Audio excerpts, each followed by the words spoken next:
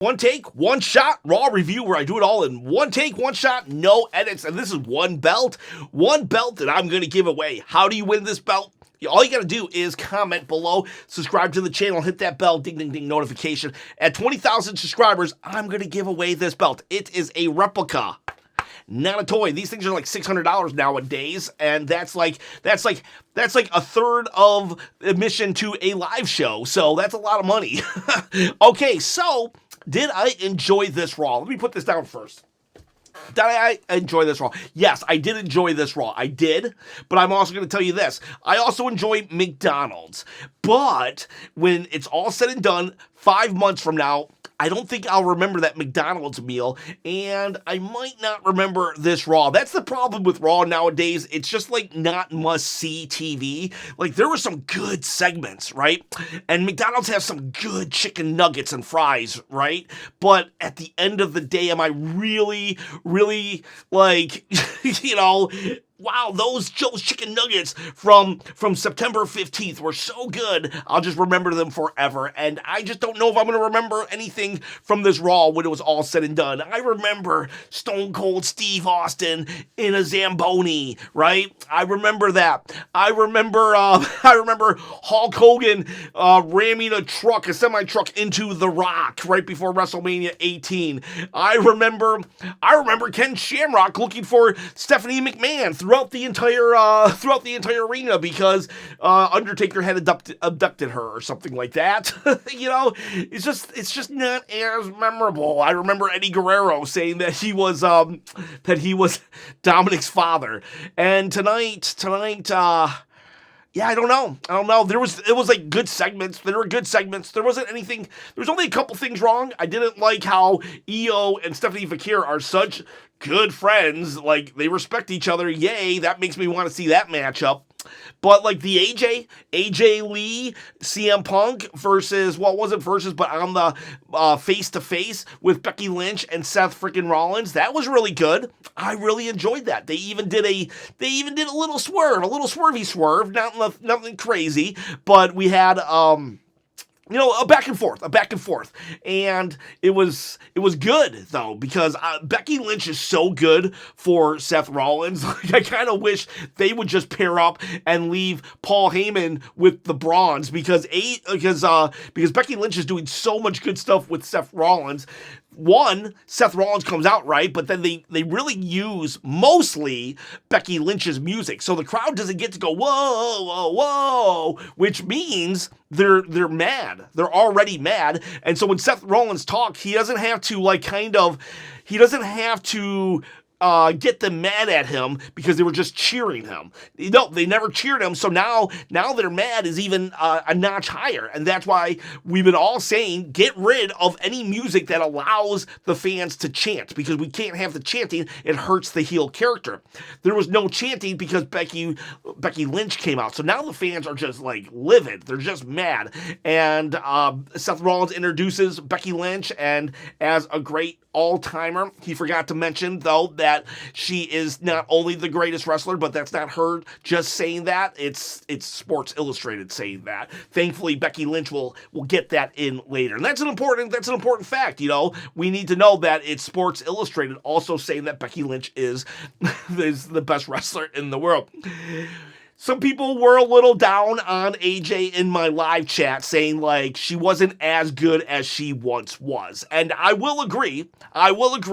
This AJ Lee still has some ring rust to her. I am going to give her a little bit of leeway, a little bit of space, because or time, because I remember CM Punk's his first like one or two promos in WWE, they weren't even that good. The problem was AJ Lee was I think she was relying a little too heavy on her mannerisms, and they weren't landing as well as maybe they could have, because back in the day she would like kind of tilt her head when she was going crazy and stuff. Don't call her crazy. And I think we were doing that here, but I gotta think that it would be a little intimidating still. After 10 years being back in the ring, you're standing next to, yes, he's your husband, but also a GOAT when it comes to being on the mic. Seth Rollins, he's no slouch. And then Becky Lynch, who is the greatest of all time. And that's not just me saying it.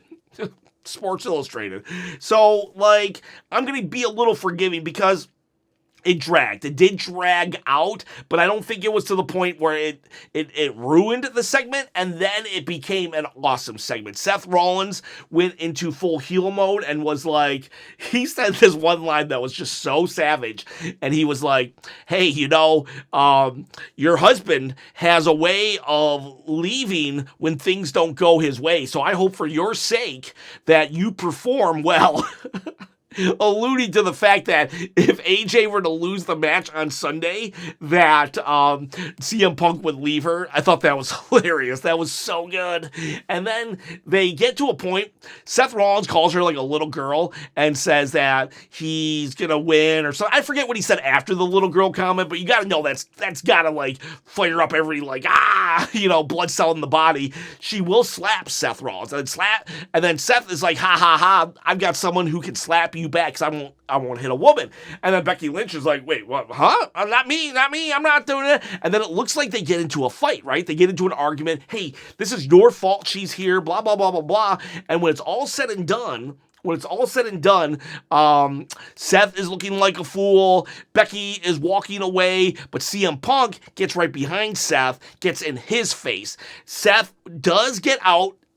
He's chased by CM Punk, but it was all a ruse. It was all a ruse because Seth and Becky seemed to be like crashing out on each other, but it was all a ruse to get CM Punk out of the ring so AJ could be distracted. Manhandle slam by Becky Lynch. Brilliant. And then we have Seth and Becky making fun of CM Punk and AJ. Ha you thought we were crashing out? You thought we weren't on the same page? We are. Ha ha ha. And that was good. That was good because everyone thought that Becky and Seth were kind of mad at each other, and they played it off very well. I kind of figured that this was part of the plan. I thought this was going to play out at WrestlePalooza. that name. But it's actually played out here, and I thought it played out very well. So this was a really good segment. But for this really good segment to like say that, I don't know, to say that this was an awesome Raw, I don't know. John Cena came out. John Cena, the Unseen 17, he came out. He talked up his match with Bron, with Brock Lesnar, talked it up. But like, why was Brock Lesnar on Smackdown looking for John Cena when he knew John Cena wasn't going to be there because they said it last week that this was John Cena's last ever. So Brock went to SmackDown looking for him. It's announced he's going to be here, and Brock doesn't show up, but Brock is then going to go to SmackDown this week. Why is Brock going to SmackDown? Why wouldn't Brock come here? I get John Cena having restrictions because maybe on Friday they're filming something, right? John Cena has restrictions on when and where he can appear, but Brock doesn't. So if Brock really wanted to find John Cena, he would have just came to Raw because it's not his schedule. It's not a secret. It's not like, shh, nobody can tell us. No, don't let anybody know the 5 days that John Cena is going to appear. It's like, say his name 3 times in a mirror. And yeah, he doesn't have the Joe Hendry gimmick where you say his name and he shows up. So, like, it was great. John Cena really talked about it, fired up the crowd and stuff, but I don't know. Why didn't we get a match? We could have easily done a 10-minute Dominic Mysterio versus John Cena match. We couldn't do that. We couldn't do AJ Styles and John Cena. Why not? Like the Kairi Sane IYO SKY match the Stephanie Fekir Kairi Sane match went way too long. We could have shaved that off and given some time. Just give us just some John Cena matches. We literally got 5 more times with the dude. Why can't we get 1 more extra match? Like, geez Louise. If this was must-see TV Raw, John Cena would have been throughout the entire episode. Whatever. It was good to see him, though. It was good to see John Cena. I got a question also. I've been wearing my John Cena shirt for every time he appears. Should I retire this John Cena shirt when John Cena retires? Never wear it again? I might. I think, obviously John Cena will never know I did that, but I want to do something for John, and I don't know what. I'll never meet the guy, so, like, that's all I can think of. So should I retire this shirt when John Cena actually retires? But anyways, good John Cena promo. Good babyface John Cena promo on why he's not going to back down from a fight with Brock Lesnar. We did open up Raw when the Usos were coming in. LA Knight instantly pushed Jey and they got in each other's face, and then Adam Pearce came running out. You guys get in my office. I'm not going to your office. Then you'll have less zeros on your paycheck. All right, we'll go to your office. So they go to the office. Then the John Cena promo. Then after that, there was a funny line also where John Cena, there's a guy holding a sign saying John Cena's jorts, his jorts are stronger than Brock Lesnar's pants. That was funny. He called it out. Adam Pearce will say, okay, what's it going to be? And LA Knight says, okay, I'll fight the Brons. He gets a match with the Brons, and he gets his pick of partner, and he picks Jimmy Uso, and Jey Uso gets mad about that. He's like, no, you can't do that. And LA's like, yeah, I can. He said I could get anybody. He should have picked John Cena, but he said I could have got anybody. So then later, LA Knight asks Jimmy. Jimmy says no. Out of respect for my brother, basically, I'm not going to do it. But then later, Jimmy goes to Jey, and Jay's like, oh, you better not.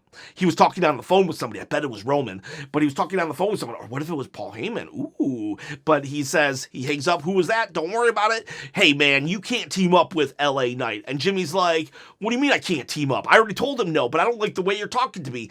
You don't have the Ula Fala, so don't have that tone with me. But that was enough. That little bit of tone, well, a lot of bit of tone. He was mad. He went back to LA Knight and said, yeah, we'll do this.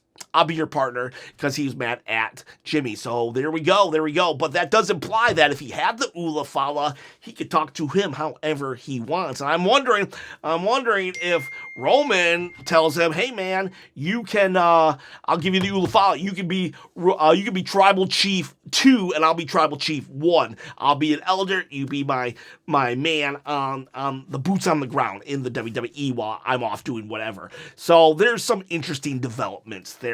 We have Lyra versus Roxanne Perez. I knew instantly Roxanne Perez was going to lose because Triple H likes to book 50-50, but he doesn't necessarily book 50-50 where it's like 1 week you win, the next week you lose. No, it's like 1 week you beat this person on the tag team, the next week you lose to that person on the tag team. You win against this friend, you lose against that friend.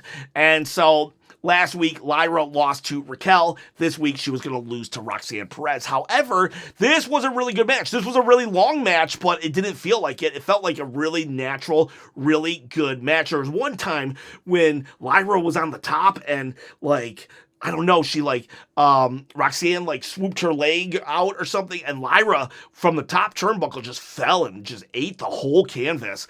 Go look that up. That looked devastating. I don't know if that was a botch or not, but holy cow, it looked rough.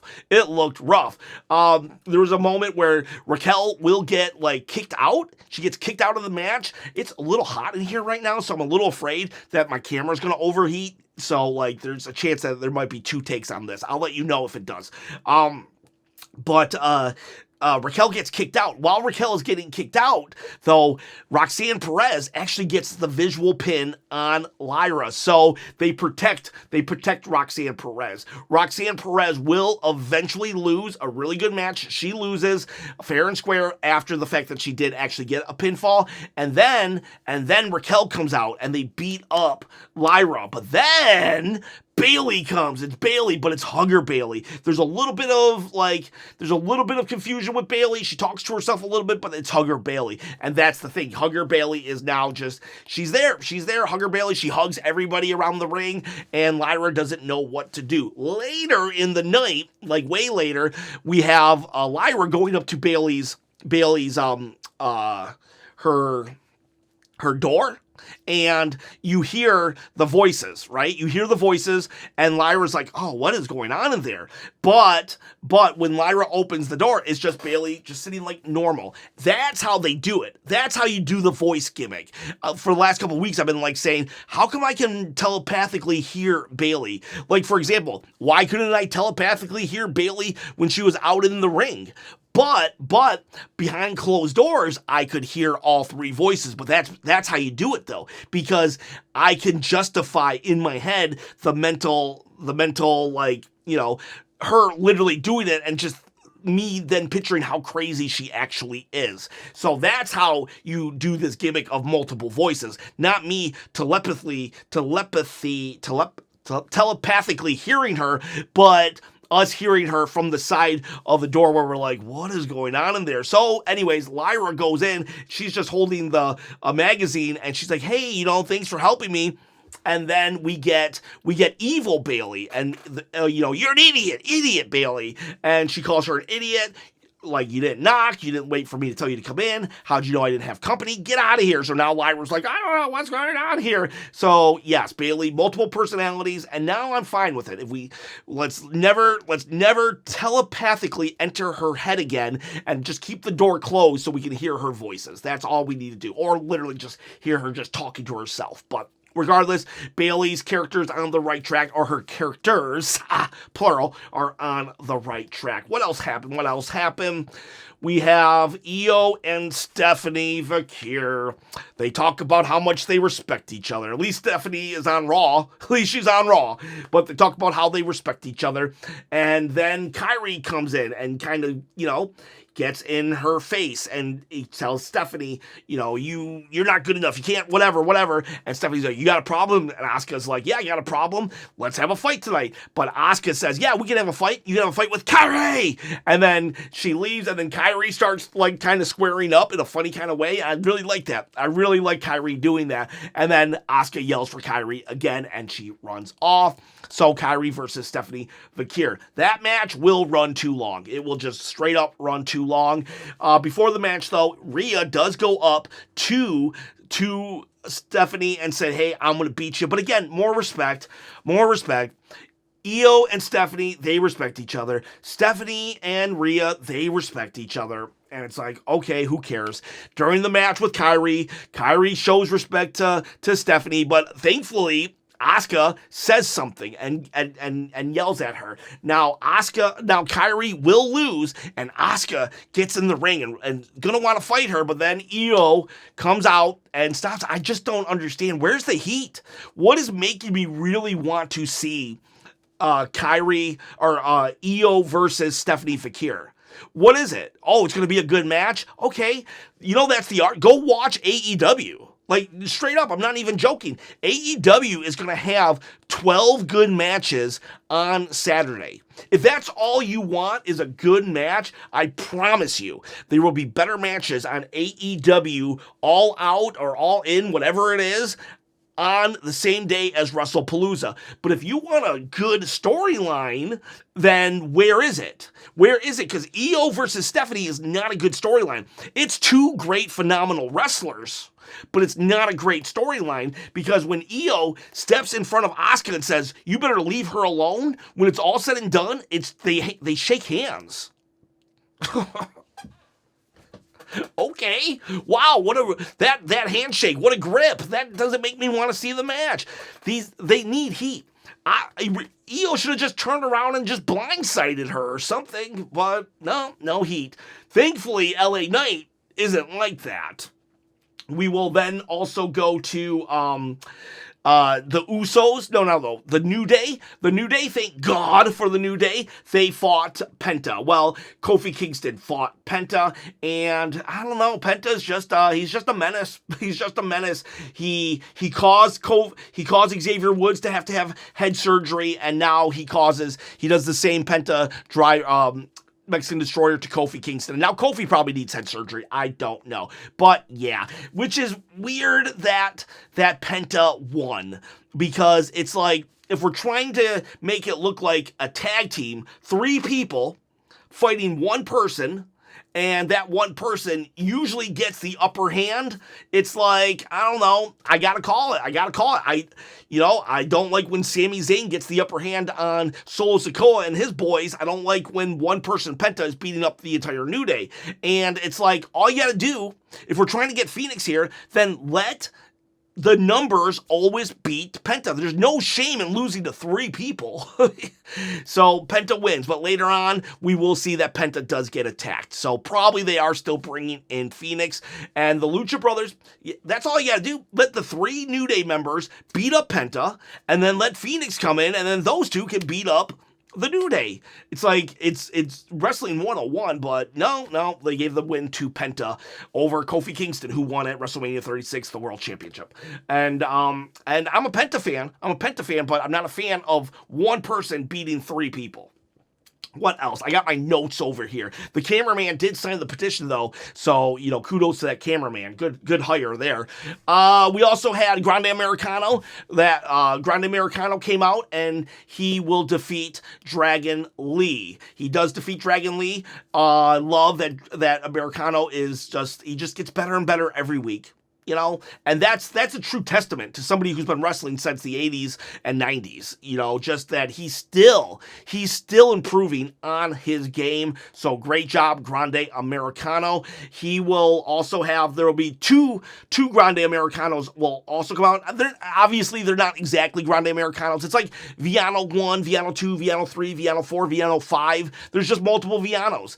And just like there's multiple people in the LWO, Grande Americano has a following. So two guys are now, looks like they are helping. They did the Spider-Man meme at each other, which is pretty good. So looks like Grande Americano finally has some allies. Dominic Mysterio is an ally, it seems, and that got Finn Balor mad. So later in the night, we have Finn Balor and the Judgment Day. They have this. They're having like a ceremony. Cheers to Dirty Dom for winning the AAA title last Friday, and then Finn gets mad. He pours it out. He's like, "What's this deal with Grande? What does he want?" And he's like, "No, dude, we're good. Don't worry." And Finn's like, "Fine, you need help? Don't ask me." He leaves. JD says, "We just want to know what's going on." He leaves. And then the girls, they leave, Raquel and Roxanne. And then Miro, Rusev comes in, and he's like, "I want to introduce myself. I want the title." Rusev, this is the most interesting, honestly, right then and there, I was interested. That's the power of Dominic Mysterio. He got me interested in Rusev, and I want to see that. He goes to shake his hand, and Dom's like, "I can't. My hands are full," because he has both belts. So that was funny. And then Rusev leaves, and Dom's like, "Uh-oh, whoa." I think that's pretty much it. Oh, there was a funny line. Becky Lynch literally called the crowd the human equivalent of herpes. Yeah. So, there you go. And AJ Lee had a really good line, too. She said, because Becky originally said, "Hey, I read your book. I got some notes." That was funny. But then AJ comes back with, "Thank you for reading my book. I haven't read yours." Thought that was a banger of a match. She called her looking constipated, too. That was kind of funny. We got a constipated chant. And then Braun Breaker, Bronson Reed, they cut a video promo. Bronson Reed is very good on these video promos. I think Bronson Reed is good on the mic or video promos, and then Braun Breaker is really good in the ring with what he does. Like, he'll do push-ups, he'll make fun of people and stuff. It seems like he's more of a natural, in the moment, spur of the moment guy, so he can do that stuff in the ring, while Bronson Reed kind of has to think about what he's going to say, and that's why he's better in these video promos. And that's no shade. Rhea Ripley's the same way. Rhea Ripley's not that great on the mic, but in a video promo, she's really, really good. So we have Braun Breaker, Bronson Reed versus LA Knight, and Jimmy Uso. August 4th, and today is September 15th. August 4th was the last time that we had a main event that did not have Bronson Reed and Braun Breaker. A lot of people have been saying, "Oh, they just repeat the main event. And that's why you feel that way. Because for the last 6 weeks, it's been basically Bronson Reed, Braun Breaker, whether it was a one-on-one or a tag team match of some variation. Before August 4th was July 21st, and that was a no contest between Io and Stephanie Fekir when Io had the title. So that's why you feel that way. So this match, it was fine. It was great. It was whatever. I will say that last week I made a big deal about the Death Valley Driver as the finishing move, and why did they use a tsunami? Apparently that Death Valley Driver is now called the Jagged Edge, and it will be Bronson Reed's new finisher. And I'm assuming the tsunami is going to be the ultimate finisher, the deadly move. So I guess it's okay. Last week was okay that LA Knight lost to Bronson Reed's finisher, and this week pretty much the same thing. All right, sorry about that. The camera did overheat. I knew it was going to because I started sweating a lot. And when I started sweating, whoa, me and the camera, we're kind of have the same, I don't know, our internal temperatures almost the same. Anyways, where was I? The Brons, they won. They Death Valley drivered, Jagged Edged Jimmy, and 1, 2, 3. LA Knight was outside when this was happening. There's a lot of commotion. And then what happened? What happens then is they prop up Jimmy for a spear. He takes the spear. Jey Uso comes out with a chair, exactly like he did the previous week. He cleans house. He checks on Jimmy. And then LA Knight grabs the chair. He's about to hit Jey. Jey turns around and he's like, what are you doing, bro? We good? We good? We're good. Don't worry about it. Okay. So then we get a handshake. LA Knight puts the chair down. I'm like, oh God, here we go. More respect. But thankfully, nope, he blunt force traumas him. Now, I love LA Knight and I love Jey Uso. I said, I'm going to support whoever attacks the first person because I'm tired of these handshakes, these handshake feuds. And LA Knight attacked Jey Uso. And then he kind of leaves. Kind of funny, though, that the person who's not even in the match is the one who stands tall. The Usos are fighting the Brons at WrestlePalooza. LA Knight's not even in a match, and yet he's the guy that stands tall over everybody. So, okay, cool. That's a decision. I'm glad LA Knight's still in the main event scene, I guess. I don't know. But I am very happy, though, that it didn't end on just kumbaya. I want some heat. Bring on that heat. All right, 12 yawns. 12 yawns. This was 1 hour early. I'm going to give this 1, 2, 3, 4, 5, 6, 7. I'm going to give it a 7. It was okay. It was good. It was good enough. I would watch it. Like, I definitely didn't hate it.